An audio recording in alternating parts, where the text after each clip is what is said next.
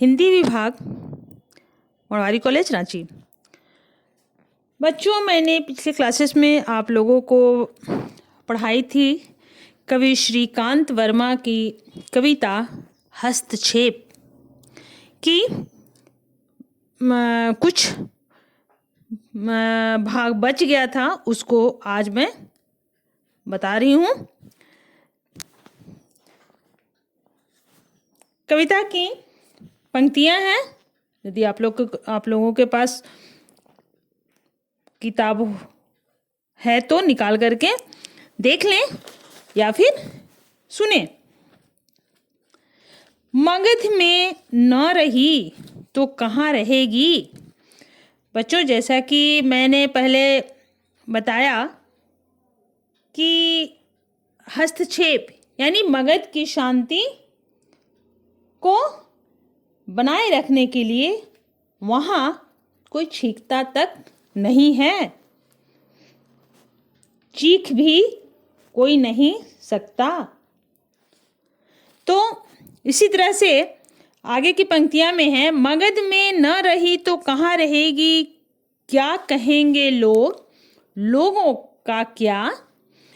लोग तो यह भी कहते हैं मगध अब कहने को मगध है, रहने को नहीं। यानी कि पहले जैसी मगध की जो व्यवस्था थी वो अब नहीं है, इसलिए ऐसा वहाँ के लोगों को लगता है कि अब वहाँ रहने लायक नहीं है। कोई टोकता तक नहीं इस डर से कि मगध में टोकने का रिवाज न बन जाए। एक बार शुरू होने पर कहीं नहीं रुकता हस्तक्षेप। इन पंक्तियों में कवि कहते हैं कि मगध में तो लोग के अधिकारों पर भी प्रतिबंध है, उनकी तो मांग भी पूरी नहीं होती है। कवि का कहना है कि मगध में शांति नहीं रही तो कहाँ रहेगी, समाज क्या कहेगा। यहाँ के लोग तो यह भी कहते हैं कि मगध अब कहने को ही मगध है, यहाँ रहने लायक ही नहीं।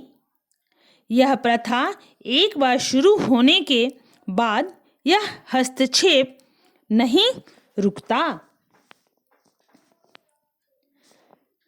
आगे की पंक्तियां हैं। वैसे तो मगधवासियों कितना भी कतराओ तुम बच नहीं सकते हस्तक्षेप से। जब कोई नहीं करता तब नगर के बीच से गुजरता हुआ मुर्दा यह प्रश्न कर हस्तक्षेप करता है, मनुष्य क्यों मरता है। यहाँ अर्थात इन पंक्तियों में कवि कहता है कि मगध के लोग इस बात से कितना ही बचने की कोशिश कर लें कि व्यवस्था से प्रश्न न पूछें। व्यक्ति अपने अधिकारों के बारे में प्रश्न अवश्य पूछते हैं। यदि कोई व्यक्ति नहीं पूछता है तो नगर के बीच से गुजरने वाला मुर्दा भी हस्तक्षेप करता है और पूछता है कि मनुष्य की मृत्यु क्यों होती है।